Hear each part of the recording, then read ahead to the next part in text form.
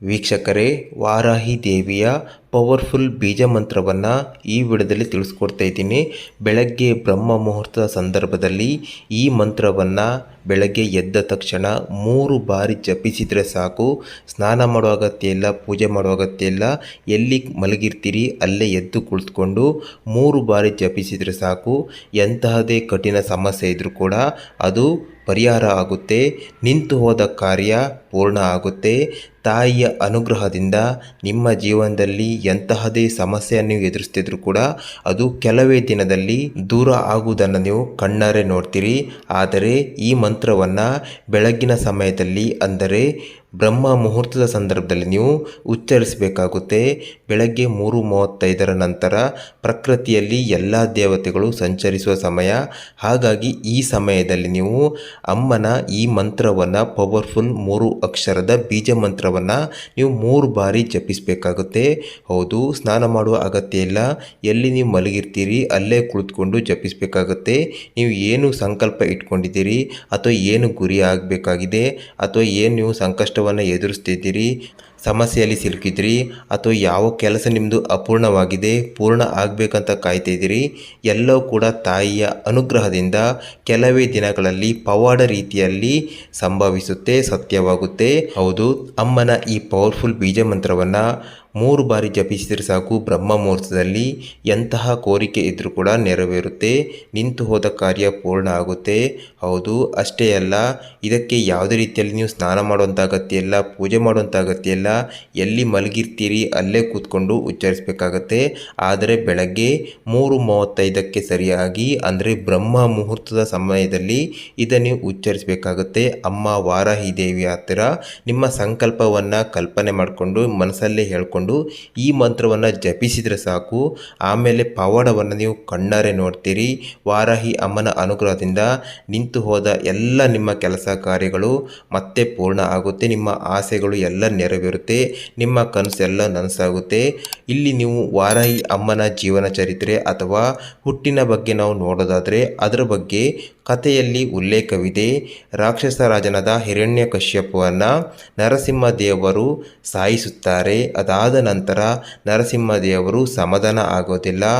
ಆಗ ದೇವತೆಗಳು ಹೆದರಿ ತಾಯಿಯನ್ನು ಪ್ರಾರ್ಥನೆ ಮಾಡ್ಕೊಳ್ತಾರೆ. ಆಗ ತಾಯಿ ಪ್ರತ್ಯಕ್ಷರಾಗಿ ದೇವತೆಗಳಿಗೆ ಭರವಸೆಯನ್ನು ನೀಡ್ತಾಳೆ. ನರಸಿಂಹದೇವರನ್ನು ಸಮಾಧಾನ ಮಾಡುವುದಾಗಿ ಭರವಸೆಯನ್ನು ನೀಡಿ ಭಗವಾನ್ ನರಸಿಂಹದೇವರನ್ನು ಸಮಾಧಾನ ಮಾಡಿ ಶಾಂತ ಮಾಡಿ ದೇವತೆಗಳಿಗೆ ರಕ್ಷಣೆಯನ್ನು ನೀಡ್ತಾಳೆ. ವಾರಾಹಿ ದೇವಿ ಭಗವಾನ್ ನರಸಿಂಹದೇವರನ್ನು ಶಾಂತಗೊಳಿಸಿದಂತೆ ನಿಜವಾಗಿ ಭಕ್ತಿಯಿಂದ ಪೂಜಿಸುವವರನ್ನು ಶಾಂತ ಮಾಡ್ತಾಳೆ. ಅಂದರೆ ಅವಳ ಎಲ್ಲ ಸಂಕಷ್ಟವನ್ನು ಆಕೆ ನೋಡ್ಕೊಳ್ತಾಳೆ. ನಿಮ್ಮ ಸುಖ ದುಃಖ ಕಷ್ಟ ಎಲ್ಲವನ್ನ ತಾಯಿ ನೋಡ್ಕೊಳ್ತಾಳೆ. ವಾರಾಹಿ ಅಮ್ಮನ ನೋಟ ಉಗ್ರವಾಗಿರ್ಬೋದು, ನೋಡೋದಕ್ಕೆ ಉಗ್ರವಾಗಿ ನಿಮಗೆ ಕಾಣಿಸ್ಬೋದು. ಆದರೆ ಹೃದಯದಿಂದ ನೋಡೋದಾದರೆ ತಾಯಿ ಮಗುವಿನ ಥರ ತನ್ನ ಭಕ್ತರ ಯಾವುದೇ ಬೇಡಿಕೆ ಇದ್ದರೂ ಕೂಡ ಭಕ್ತಿಯಿಂದ ತಾಯಿಯನ್ನು ಧ್ಯಾನ ಮಾಡಿದ್ದೇ ಆದರೆ ತಾಯಿ ಕರುಣೆಯಿಂದ ಪ್ರೀತಿಯಿಂದ ಭಕ್ತರ ಎಲ್ಲ ಮನೋಕಾಮನೆಗಳನ್ನು ನೆರವೇರಿಸ್ತಾಳೆ. ಹೌದು, ಎಲ್ಲ ಆಸೆಗಳನ್ನು ಪೂರೈಸ್ತಾಳೆ. ಮಕ್ಕಳಿಲ್ಲದವರಿಗೆ ಮಕ್ಕಳ ಭಾಗ್ಯವನ್ನು ನೀಡ್ತಾಳೆ. ಹೌದು, ನೀವು ಮದುವೆಯಾಗಿ ತುಂಬ ವರ್ಷ ಆಯಿತು, ಸಂತಾನ ಭಾಗ್ಯ ಇಲ್ಲ, ಎಲ್ಲ ದೇವರಿಗೆ ಹರಕೆ ಹೊತ್ತಾಯಿತು, ಆದರೂ ಕೂಡ ಮಗು ಆಗ್ತಿಲ್ಲ. ಆದರೆ ವಾರಾಹಿ ಅಮ್ಮನ ಕರುಣೆಯಿಂದ ಕೆಲವೇ ದಿನಗಳಲ್ಲಿ, ಇದನ್ನು ಮಾಡಿದ ಕೆಲವೇ ದಿನಗಳಲ್ಲಿ ನೀವು ಮಕ್ಕಳ ವಿಷಯದಲ್ಲಿ, ಸಂತಾನ ಭಾಗ್ಯ ವಿಷಯದಲ್ಲಿ ಶುಭ ಸುದ್ದಿಯನ್ನು ಕೇಳ್ತೀರಿ. ಅದೇ ರೀತಿ ಎಜುಕೇಷನ್ ಮುಗಿಸಿ ತುಂಬ ವರ್ಷ ಆಯಿತು, ನೌಕರಿಯನ್ನು ಹುಡುಕ್ತಾ ಇದ್ದೀರಿ, ಜಾಬ್ ಹುಡುಕ್ತಾ ಇದ್ದೀರಿ, ನಿಮಗೆ ಸಿಗ್ತಾ ಇಲ್ಲ. ಆದರೆ ತಾಯಿಯ ಅನುಗ್ರಹದಿಂದ ನಿಮಗೆ ಕೆಲವೇ ದಿನಗಳಲ್ಲಿ, ಇದನ್ನು ಮಾಡಿದರೆ ಸಾಕು, ಕೆಲವೇ ದಿನಗಳಲ್ಲಿ ನಿಮಗೆ ನೌಕರಿ ವಿಷಯದಲ್ಲಿ ಗುಡ್ ನ್ಯೂಸ್ ಬರುತ್ತೆ. ಅದೇ ರೀತಿಯಲ್ಲಿ ತುಂಬ ಸಾಲ ಮಾಡ್ಕೊಂಡಿದ್ದೀರಿ, ಹಣಕಾಸಿನ ಸಮಸ್ಯೆ ಆಗ್ತಿದೆ, ಅಥವಾ ಇರುವ ನೌಕರಿ ತಪ್ಪಿ ಹೋಯಿತು, ಬಿಸ್ನೆಸ್ಸಲ್ಲಿ ಲಾಸ್ ಆಯಿತು, ಸಾಕಷ್ಟು ಈಗ ಸಾಲದಲ್ಲಿ ಸಿಲುಕಿದ್ದೀನಿ ಅಂತ ಚಿಂತೆ ಮಾಡ್ತಿದ್ರೆ 3 ಅಕ್ಷರದ ಬೀಜ ಮಂತ್ರವನ್ನು ಜಪಿಸಿದರೆ ಸಾಕು. ಬ್ರಹ್ಮ ಮುಹೂರ್ತದಲ್ಲಿ ನಿಮ್ಮ ಹಣಕಾಸಿನ ಸಮಸ್ಯೆ ಪವಾಡ ರೀತಿಯಲ್ಲಿ ಕಡಿಮೆ ಆಗ್ತಾ ಬರುತ್ತೆ. ಜೊತೆಗೆ ಆರ್ಥಿಕವಾಗಿ ಎಲ್ಲ ಕಡೆಗಳಿಂದ ನಿಮಗೆ ಹಣದ ಹರಿವು ಪ್ರಾರಂಭವಾಗುತ್ತೆ.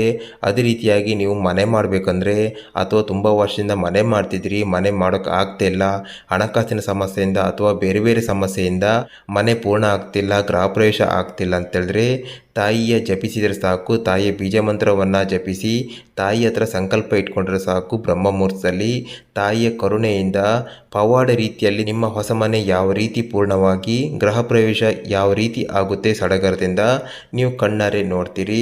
ವೈದ್ಯರಿಂದ ಗುಣಪಡಿಸಲಾಗದ ಆರೋಗ್ಯ ಸಮಸ್ಯೆ ಇದ್ರೂ ಕೂಡ ತಾಯಿಯಲ್ಲಿ ನೀವು ಪ್ರಾರ್ಥನೆ ಮಾಡಿಕೊಂಡ್ರೆ ಸಾಕು, ನಿಮ್ಮ ಕೋರಿಕೆಯನ್ನು ಇಟ್ಟರೆ ಸಾಕು, ತಾಯಿಯ ಕರುಣೆಯಿಂದ ಕೇವಲ 7 ದಿನದಲ್ಲಿ ನಿಮ್ಮ ಆರೋಗ್ಯದಲ್ಲಿ ಎಂಥ ಬದಲಾವಣೆ ಆಗುತ್ತೆ ನೀವು ಕಣ್ಣಾರೆ ನೋಡ್ತೀರಿ. ಹೌದು, ಅದೇ ರೀತಿಯಾಗಿ ಯಾವುದೇ ಸಮಸ್ಯೆ ಇರ್ಬೋದು, ತಾಯಿಯನ್ನು ನೀವು ಪ್ರಾರ್ಥನೆ ಮಾಡ್ಕೊಂಡ್ರಾಯ್ತು, ಅಮ್ಮ ಈ ಸಮಸ್ಯೆಯನ್ನು ಎದುರಿಸ್ತಿದ್ದೀನಿ, ನೀನೇ ನನ್ನನ್ನು ಕಾಪಾಡಬೇಕಂತ ಬ್ರಹ್ಮ ಮುಹೂರ್ತದಲ್ಲಿ ಮುಖ್ಯವಾಗಿ ತಾಯಿಯನ್ನು ಪ್ರಾರ್ಥನೆ ಮಾಡಿಕೊಂಡ್ರೆ ತಾಯಿಯ ಕರುಣೆಯಿಂದ ಎಂತಹದೇ ಸಮಸ್ಯೆ ಇದ್ದರೂ ಕೂಡ ಅದು ದಿನಕ್ಕೆ ಕಡಿಮೆ ಆಗ್ತಾ ಬಂದು ನೀವು ಜೀವನದಲ್ಲಿ ಬಯಸಿದಂಥ ಸುಖ, ಶಾಂತಿ, ನೆಮ್ಮದಿ, ಆರೋಗ್ಯ, ಸಂಪತ್ತು ನಿಮಗೆ ಸಿಗುತ್ತೆ.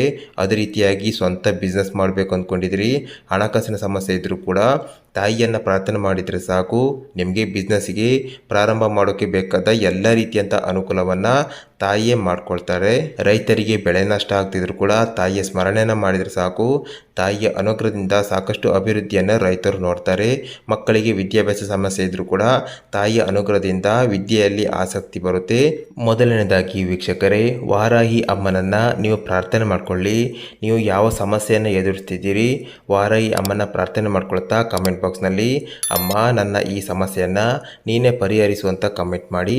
ಜೊತೆಗೆ ನಿಮ್ಮ ಕುಟುಂಬದವರಿಗೆ, ಸ್ನೇಹಿತರಿಗೆ ಈ ಮಾಹಿತಿಯನ್ನು ಶೇರ್ ಮಾಡಿ. ಅವರಿಗೂ ಕೂಡ ತಾಯಿಯ ಅನುಗ್ರಹದಿಂದ ಅವರ ಸಮಸ್ಯೆ ಕೂಡ ದೂರ ಆಗುತ್ತೆ. ಅದೇ ರೀತಿಯಾಗಿ ವಿಡಿಯೋವನ್ನು ಲೈಕ್ ಮಾಡೋದನ್ನು ಮರಿಬೇಡಿ. ವೀಕ್ಷಕರೇ, ವಾರಾಹಿ ತಾಯಿಯ ಅನುಗ್ರಹದಿಂದ ನಿಮ್ಮ ಸಮಸ್ಯೆ ಪರಿಹಾರ ಆಗಬೇಕಂದ್ರೆ ಬೆಳಗಿನ ಜಾವ ಬ್ರಹ್ಮ ಮುಹೂರ್ತದಲ್ಲಿ ನೀವು ಎದ್ದೇಳಬೇಕು. ಹೌದು, ಬ್ರಹ್ಮ ಮುಹೂರ್ತ ಅಂದರೆ ಬೆಳಗ್ಗೆ 3:35 ಸರಿಯಾಗಿ ನೀವು ಎದ್ದೇಳಬೇಕು. 3:35ಕ್ಕೆ ಎದ್ದು ನೀವು ಸ್ನಾನ ಮಾಡುವಂಥ ಅಗತ್ಯ ಇಲ್ಲ, ಪೂಜೆ ಮಾಡೋಂಥ ಅಗತ್ಯ ಇಲ್ಲ. ಎಲ್ಲಿ ಮಲಗಿರ್ತೀರಿ ಅಲ್ಲೇ ನೀವು ಎದ್ದು ಕುಳಿತುಕೋಬೇಕು. ಬೆಡ್ ಆದರೆ ಅದೇ ಬೆಡ್ ಮೇಲೆ ಎದ್ದು ಕೂತ್ಕೊಂಡು ನಂತರ ನೀವು ತಾಯಿಯನ್ನು ಸಂಕಲ್ಪ ಮಾಡಬೇಕು. ಅಂದರೆ ಕಣ್ಣು ಮುಚ್ಕೊಂಡು ಕೈ ಮುಗಿದು ಪ್ರಾರ್ಥನೆ ಮಾಡ್ಕೊಳ್ಬೇಕು. ಉದಾಹರಣೆಗೆ, ನೀವು ಸುಮಾರು ವರ್ಷ ಆಯಿತು ಮನೆ ಕಟ್ಟೋಕ್ಕೆ ಪ್ರಯತ್ನ ಮಾಡ್ತಿದ್ರಿ, ಆದರೆ ಹಣಕಾಸಿನ ಸಮಸ್ಯೆಯಿಂದ ಅಥವಾ ಬೇರೆ ಸಮಸ್ಯೆಯಿಂದ ಮನೆ ಪೂರ್ಣ ಆಗ್ತಿಲ್ಲ ಅಂತ ಹೇಳಿದ್ರೆ ತಾಯಿ ಹತ್ರ ಬೇಡ್ಕೊಳ್ಬೇಕು. ತುಂಬ ವರ್ಷದಿಂದ ಮನೆ ಕಟ್ತಾ ಇದ್ದೀನಿ, ಆದರೆ ಇಂಥ ಸಮಸ್ಯೆಯಿಂದ ಮನೆ ಆಗ್ತಿಲ್ಲ, ನಿನ್ನ ಅನುಗ್ರಹದಿಂದ ಕರುಣೆಯಿಂದ ಮನೆ ಶೀಘ್ರದಲ್ಲಿ ಮನೆ ಸಂಪೂರ್ಣವಾಗಿ ಗೃಹ ಪ್ರವೇಶ ಆಗುವ ಹಾಗೆ ಮಾಡ್ತಾಯಿ ಅಂತ ನೀವು ಪ್ರಾರ್ಥನೆ ಮಾಡ್ಕೋಬೇಕು.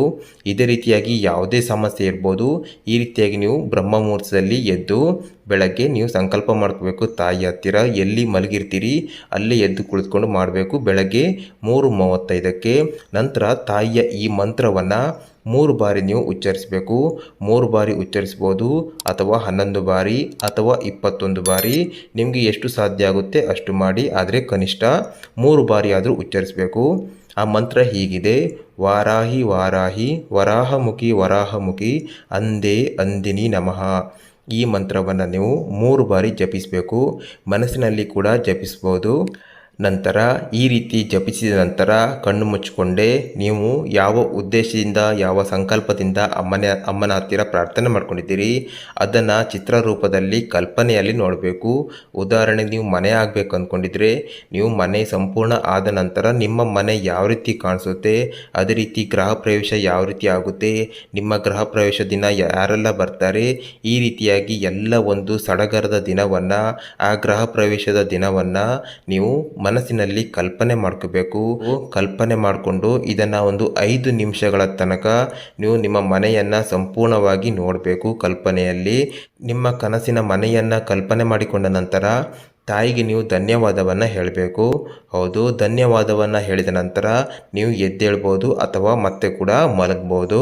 ವೀಕ್ಷಕರೇ, ಈ ಮಂತ್ರ ನಿಮಗೆ ತುಂಬ ಸುಲಭ ಅನಿಸ್ಬೋದು, ತುಂಬ ಸರಳ ವಿಧಾನ ಅನಿಸ್ಬೋದು, ಆದರೆ ಈ ಮಂತ್ರ ಎಷ್ಟು ಚಿಕ್ಕದಾಗಿದ್ರೂ ಕೂಡ, ಇಷ್ಟು ಸರಳವಾಗಿದ್ರೂ ಕೂಡ ಇದು ಮಾತ್ರ ತುಂಬ ಪವರ್ಫುಲ್ ಆಗಿ ನಿಮ್ಮ ಲೈಫ್ನಲ್ಲಿ ನಿಮಗೆ ಸಹಾಯ ಮಾಡುತ್ತೆ.